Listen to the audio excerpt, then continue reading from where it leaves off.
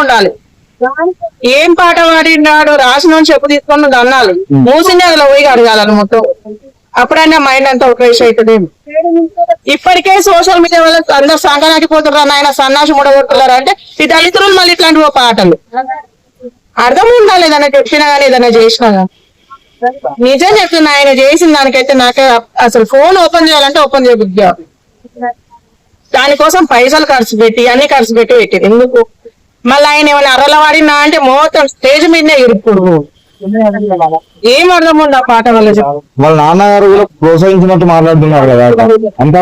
అంత అసభ్యకరంగా పాట పాడినా కానీ స్టేజ్ పైన ఒక మాట కూడా చెప్పలేదు. ఇట్లా చెప్తే ఆయన పరువు ఆయన తీసుకుంటారు కదా. సపరేట్ గా కూడా గతంలో కూడా ఇలాంటివి చాలా జరిగాయి. అతను యాటిట్యూడ్ అనేది చాలా సార్లు హైదరాబాద్ మందుకాలు తాగుతున్నట్టు దిగుతలేదు, ఆయనకి దిగుతలేదు. నైట్ తాగిన పొద్దుగాలు దిగుతారా, మళ్ళీ ఇంకో పెళ్లి చేస్తాడు, అది కలిపి ఎక్కువ అవుతుంది. మరి ఈయన పరిస్థితి అట్లే ఉన్నట్టు. ఏదైతే నేను మనం అంటారు కదా, ఏ దొడ్లో కడితే నా దొడ్లో ఇంత చాలు అన్నట్టుంది.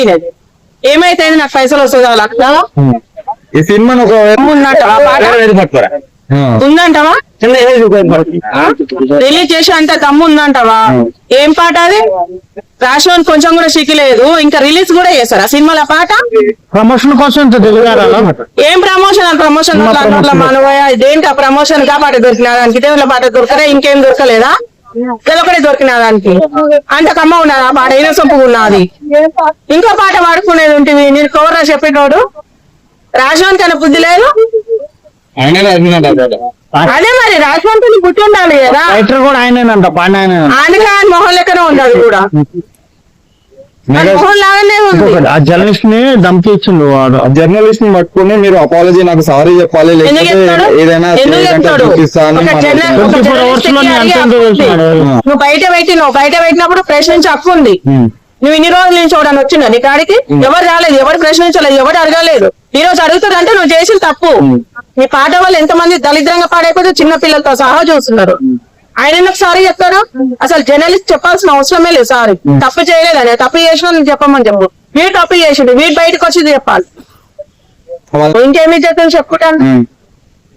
ఇండస్ట్రీలో ఇంత దళితంగా పాడైపోతారు. సినిమాలు వచ్చినాయి, అవకాశాలు వచ్చినాయి, ఇక పోతే దొరకదు అని చెప్పేసి ఇప్పుడు పెళ్లిళ్ళు కూడా ఎట్లా చేసుకుంటారో అట్లా పోతురు. కానీ దాంట్లో రూపాయి కూడా అర్థం లేదు.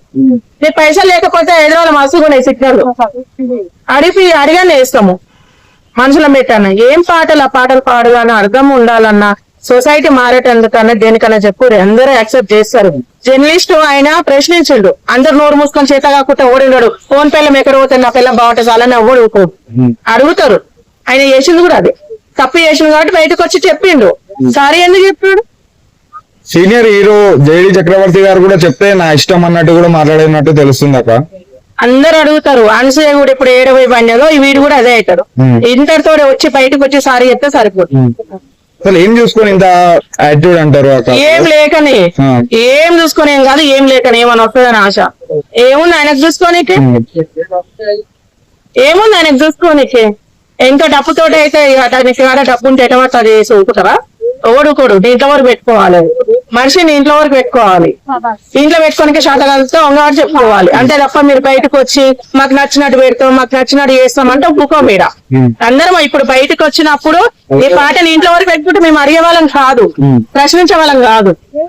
నీ పాట అసలు ఒక్క నిమిషం కూడా అసలు నీ ఇంట్లో పెళ్ళమో లేకపోతే నీ అక్కకో నీ చెల్లకో వినిపి ఒప్పుకుంటామన్నా, ఒప్పుకుంటాం. కానీ అంత దళిద్రంగా ఉంది ఆ పాట. చక్రవర్తి గారు కూడా